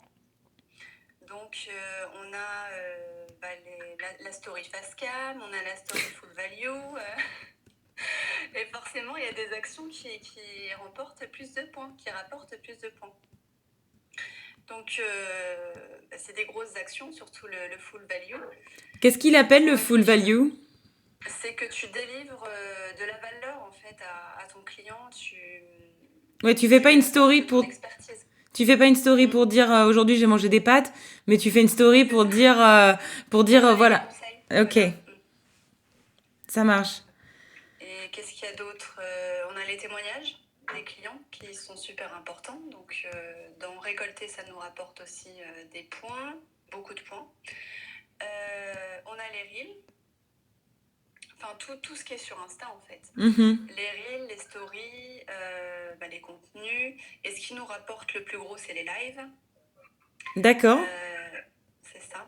Les lives, les témoignages clients. Ça, les témoignages clients, il est super bon à ça. Il a tout le temps des tas de témoignages clients dans ses stories. Je trouve ça vraiment génial parce que déjà, ça crédibilise son message. Enfin, c'est vrai que c'est top, top, top, quoi. J'adore. C'est qu'il ose en fait demander clairement un entretien vidéo et comme on est satisfait du service rendu, en fait, on dit pas non. Ouais. C'est qui ce Yacine? C'est un gars... Yacine Case. Alors, il est spécialisé pour les community managers, lui, par contre. Mhm. Ou pour les copywriters. Et c'est un challenge gratuit ou c'est un challenge payant, si je puis me permettre? Alors, au début, il pensait le lancer gratuitement, mais finalement, il l'a lancé vraiment un petit montant à 7 €. Tu vois, c'est vraiment rien, quoi. Ah oui, non, c'est clair, c'est rien du tout, quoi. Il aurait pu vraiment... Je pense qu'il a bien fait quand même, parce que s'il avait fait du gratuit, je pense qu'il aurait eu beaucoup d'inscrits et que tout le monde ne serait pas forcément venu. Ça, c'est clair. Même 7 €, il y a encore des gens, à mon avis, qui... Enfin, c'est vrai que trouver son prix, c'est un des trucs les plus difficiles, je trouve. Moi, personnellement, de passer du salariat où voilà, on me disait c'était tel salaire et tous les mois j'avais mon salaire qui tombait, à passer de entrepreneur où c'est à moi de définir mon prix, j'ai trouvé que c'était la bascule la plus difficile à faire en fait. Oui. D'accord, Et écoute. lui, c'est là qu'il intervient d'ailleurs. Ouais,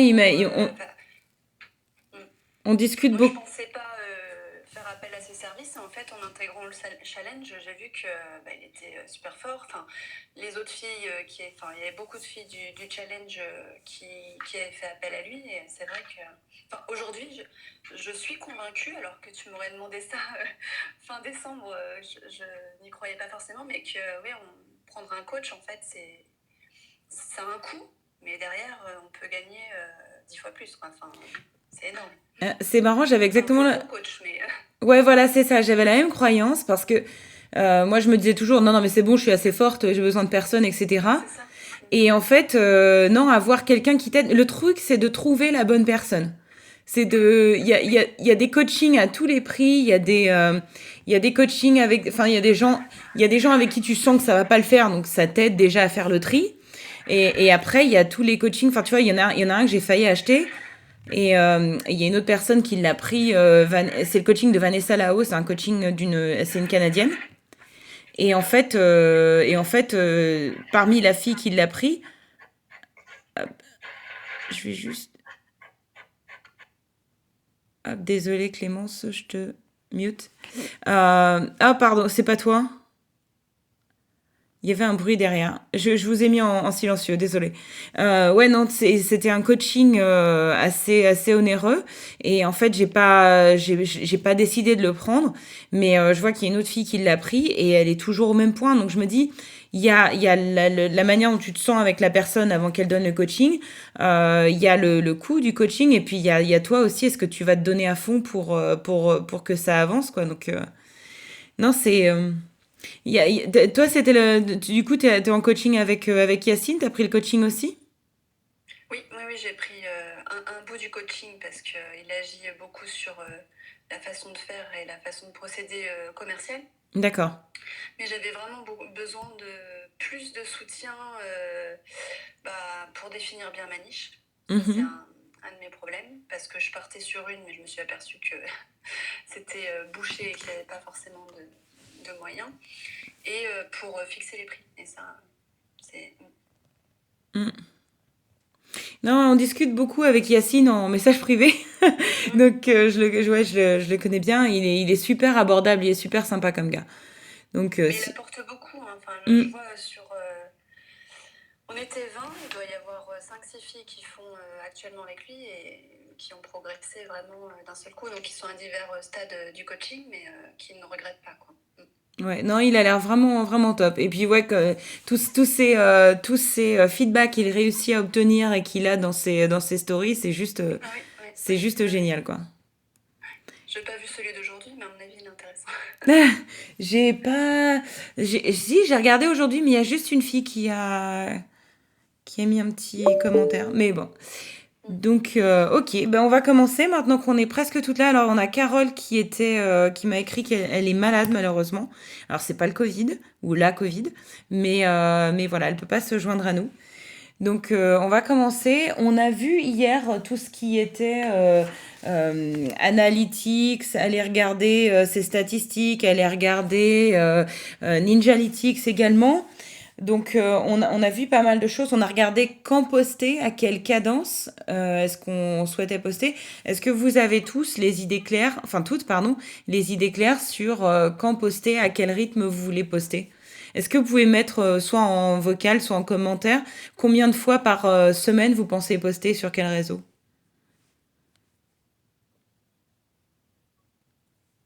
Moi, je me suis dit tous les 2 jours, Ok. tous les 2-3 jours, parce qu'il faut tenir le rythme quand même. Mhm. Après, en story tous les jours. Ouais. Et puis après, des articles ou un petit contenu qui a un peu de valeur, voilà, tous les 2 ou 3 jours, et Insta et Facebook en même temps. D'accord. 1 à 2 fois sur LinkedIn pour Clémence et 3 fois sur Instagram pour Clémence. Est-ce que Clémence, tu vas mettre la même chose sur Insta et sur LinkedIn? 3 posts par semaine sur Facebook et Insta?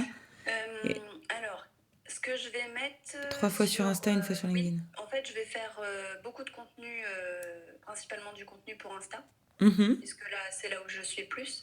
Je vais relayer ce que je peux relayer sur Facebook parce que je pense que je vais faire du contenu dédié à Insta aussi. Et puis, j'ai une publication générale que je vais aussi relayer sur LinkedIn. D'accord. Est-ce que les autres, vous faites un peu pareil, c'est-à-dire que vous partez d'Insta pour ensuite décliner le même contenu sur Facebook et puis vous choisissez parmi votre contenu de la semaine sur Insta pour décliner sur LinkedIn. On a Karine qui dit tous les 2 jours sur LinkedIn et sur Facebook et Instagram tous les jours. Tous les jours, c'est ça? Non, tous les 3 jours. Tous les 3 jours. Et Instagram tous les 3 jours à peu près. D'accord. Et est-ce que ça va être la même chose sur LinkedIn et sur Insta? Non, c'est la même chose sur Facebook et Instagram, mais par contre sur LinkedIn c'est plus particulier.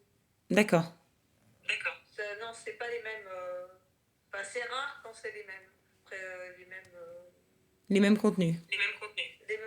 C'est plus ludique, on va dire, sur Facebook et Insta, et c'est plus corporate sur LinkedIn. Oui, Voilà. je comprends ça. Ok, Il y a ben, des articles que je vais voir qui m'ont plu et qui m'ont intéressé, je vais les mettre sur LinkedIn. Sur Facebook et Insta, c'est vraiment pas, c'est pas le sujet. mhm. Sur Facebook, ça reste quand même. J'ai mélangé le pro Et le particulier? et le particulier, sachant que je poste maintenant très peu pour le particulier, mais ça reste quand même un réseau plus proche. Donc je peux me permettre des trucs plus rigolos quand même. D'accord. Barbara, est-ce que tu vas poster sur LinkedIn? Mais moi, LinkedIn, comme je te disais, pour l'instant, c'était un peu obscur pour moi. J'ai posté vraiment 1 ou 2 fois. Là, pour le concours, justement, j'en ai profité pour le faire. C'est-à-dire que sur Facebook, forcément, j'ai présenté le concours pour participer. Alors que sur LinkedIn, je suis allée plus parler de l'élaboration du concours. Pourquoi je l'ai proposé, dans quel but et pourquoi je l'ai voulu comme ça. Donc, sur un temps différent. Après, je pense faire les mêmes choses parce que je propose un petit quiz sur la langue française en story sur Insta, en post sur Facebook. Et j'ai vu que les petits conseils sur la langue française, ça fonctionne bien sur LinkedIn. Mhm. Donc, je pense le faire aussi, mais pareil, pas sous forme de quiz ludique, présenter plus, de façon plus corporate pour aider les gens sur des fautes. D'accord. Je pense que je vais essayer de faire ça aussi 1 fois par semaine sur LinkedIn. Ok. Je te montrerai, je te donnerai le lien d'une fille que je suis sur LinkedIn. Elle a décidé de pas du tout aller sur Instagram. Elle est copywriter, donc c'est un peu dans le même esprit de ce que tu pourrais faire, sauf qu'elle est plutôt en amont, c'est-à-dire qu'elle crée le contenu. Et c'est assez intéressant la manière dont elle poste. Elle utilise beaucoup moins le visuel, elle est plus dans le texte et tout, et ça peut te donner des idées. D'accord. Je veux bien, oui. Pardon, Dominique, est-ce qu'elle est parmi nous, Dominique? Oui, Je suis là. Ah, t'es là. Salut Dominique, tu vas bien? Ça va bien. Du coup, toi, est-ce que tu as pu rattraper la vidéo d'hier? Est-ce que tu as vu un petit peu ou pas? J'ai vu un petit peu, mais j'ai pas terminé.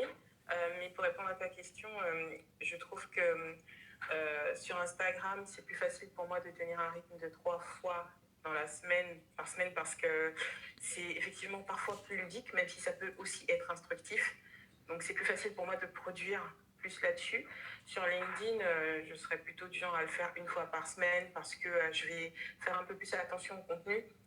Parce que mes relations sont aussi très pro. J'ai notamment des anciens directeurs qui me suivent, que je connais, etc. Donc, C'est clair, tu peux pas faire un reel. non, j'ai pas osé. Je sais qu'il y en a qui le font, et tu vois, je suis l'optimiste, par exemple, qui fait beaucoup de productions très sympathiques, très fun, mais très utiles, mais c'est beaucoup plus dans le mindset, donc eux peuvent se permettre, tu vois. Donc, je vais sur LinkedIn plus soit reposter des choses qui ont à voir avec mes connaissances pro, ou alors qui ont à voir avec l'entrepreneuriat. Donc là, je me lance. Là, et ça m'a aidé parce que je l'ai fait pour j'ai reposté un lien qui parlait d'un article qui parlait des 10 choses que les freelances n'aiment pas entendre.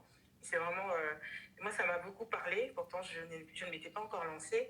C'était un peu je veux un logo, mais j'ai pas d'argent. Tu veux pas accepter de prendre 50 € seulement, ou tu vois, plein de petites choses qu'on entend beaucoup en tant que freelance. Et il y a quelqu'un qui a liké, qui a commenté. Je l'ai invité en DM. On a parlé, au lieu de 30 minutes, on a parlé 2 heures. Et aujourd'hui, on a un partenariat. Cool. Et franchement, je m'y attendais pas. Et pendant ma formation, on nous a initié un peu à LinkedIn. Et moi, j'avais très peur de ça parce qu'on a toujours un peu peur de passer pour le dindon qui n'est pas assez pro, qui ne sait pas assez de choses. Et j'avais très peur de LinkedIn. Et finalement, LinkedIn, du c'est jour au extrêmement relaxé. C'est vraiment, vraiment relaxé. j'ai pas du tout. J'ai utilisé les stories une fois pendant mon stage pour l'entreprise pour laquelle je travaillais, pardon. Et bon, je n'ai pas trouvé ça très. J'ai pas trouvé qu'on avait été percutant. Alors, soit on n'a pas été très percutant dans ce qu'on a proposé, soit pour le sujet de l'entreprise, c'était pas forcément ce que le public attendait ou qui marchait mieux. Donc, à titre perso, je n'utilise pas sur LinkedIn, tu vois.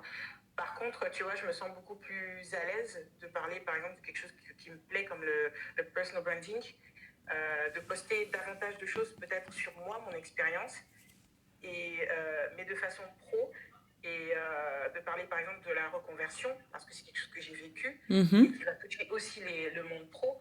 Et ça fait que, par exemple, j'ai un ancien directeur qui m'a contacté en DM et qui m'a demandé c'était quoi le métier de CM, et qui, au final, m'a dit, bah écoute, je penserai à toi. Tu vois, donc il y a des. Finalement, j'aime bien LinkedIn en fait. Ah non, c'est un réseau qui se relaxe énormément. Enfin, c'était avant vraiment juste assez froid avec voilà, tu poses ton CV et puis voilà, tu mets tes expériences. Et en fait, aujourd'hui, il y a beaucoup de choses qui s'y passent, notamment ouais, l'arrivée des stories. Que, comme je vous disais, moi, je les ai pas encore vues, donc je sais pas vraiment ce qu'il y a comme ambiance dans les stories. Euh, ouais, moi, j'ai pas, on n'a pas les stories encore aux US. D'accord. Mais c'est pareil, vous aviez eu les Reels en France, vous les avez eu genre 3 ou 4 mois avant nous?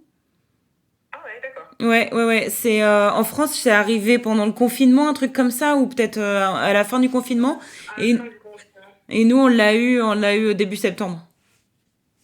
Par contre, la pub est chère. Il y a 2 jours, en fait, tu parlais justement de LinkedIn et tu parlais de la pub. Et la pub sur LinkedIn est chère. Alors, après, c'est corporate aussi. Mm. Mais c'est sûr que c'est cher. Ils peuvent t'offrir, je crois que par moment, ils t'offrent, quand ils voient que tu as vraiment beaucoup de followers, ils t'offrent des unités que tu peux convertir en monnaie, en fait, pour te payer de la pub. Mais ça demeure cher, en fait. Je ne sais pas si aux États-Unis c'est pareil ou si les autres en ont fait de la pub sur LinkedIn. Aux États-Unis, ouais, c'est vrai que c'est pas donné. Moi, j'avais essayé un moment sur LinkedIn, ça avait donné mais rien. Mais c'est pareil, j'avais été petite joueuse, j'avais pas mis, je pense, assez d'argent. Je pense que la pub, on a tous à un moment envie de l'essayer, mais pour que ça rapporte vraiment, il faut mettre suffisamment d'argent sur la table. Et j'avais fait un truc genre 50 euros. Enfin, c'était mais clairement pas assez. Alors, je n'ai pas des ordres de grandeur entre Facebook et LinkedIn en tête. Je sais juste que non, Facebook offrait 50 euros de pub si tu investissais 25 euros de pub. Donc j'ai fait ça pour la pizzeria que je gère. Ça a bien marché. Mais il faut vraiment avoir un call to action très clair quand on fait de la pub, que ce soit sur LinkedIn ou Facebook. Parce que si vous faites juste de la pub pour booster un post, c'est un peu de l'argent gâché. Mais ouais, LinkedIn, c'est un réseau que j'aime beaucoup. Et ce que tu disais là, de réutiliser des articles qui ont été dans la presse et qui ont déjà bien marché, c'est un excellent moyen de faire, de faire démarrer de mettre en route la machine. Parce que des fois, quand tu postes quelque chose, c'est pas ce sur quoi les gens vont le plus réagir. Mais si tu prends un article qui est bon, là, tu vas générer pas mal de réactions derrière. Cool. Bon, je crois qu'on a fait tout le monde. Non, Julie, tu veux nous dire un peu ce que tu fais? Sur LinkedIn? Ou en général, où est-ce que tu veux focuser ou comment est-ce que tu penses poster? Ben, je te disais tous les jours en story sur Insta et que je relais aussi sur Facebook et puis tous les 2 à 3 jours sur Insta et Facebook. Et LinkedIn, j'ai pas encore déterminé le rythme parce que je voudrais plutôt le conserver pour la partie pro. Et comme l'offre elle est pas encore claire dans ma tête, voilà. Quand j'ai écrit un article type l'article d'hier, je l'ai publié sur LinkedIn, mais sinon voilà, je publie vraiment du contenu vraiment très quali quoi. Enfin un article ou une vidéo, mais pas un truc funky quoi. Non, mais ce que tu peux faire, c'est router, mettre le début de ton article que tu as posté hier sur Facebook, prendre le même début d'article sur LinkedIn et ensuite faire aller les gens sur ton site internet. C'est ce que je vois beaucoup de. Du coup, c'est ce que j'ai fait hier en fait sur LinkedIn. J'ai mis mon article sur le blog Ah, super. Et puis j'ai mis juste un petit post en disant, bah voilà, nouvel article sur le blog, on y parle des drivers, et puis ouais. Cool. Mais ce que je vous propose, c'est qu'après, dans WhatsApp, on se donnera tous nos liens LinkedIn, comme ça on pourra rentrer en connexion également sur ce réseau-là. Et puis, on pourra aller se soutenir si on a des articles sur LinkedIn. C'est si ça vous tente. Ok.